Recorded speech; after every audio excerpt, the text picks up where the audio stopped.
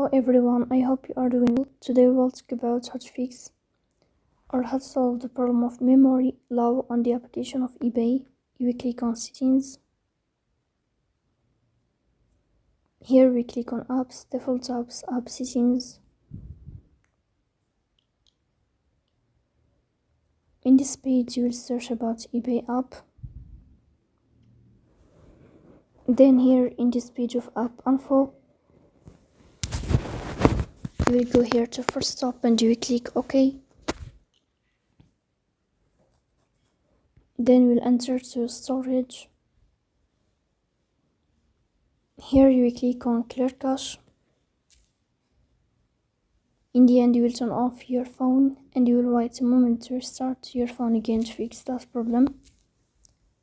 So that's all. Don't forget to support us by like and subscribe. See you next time.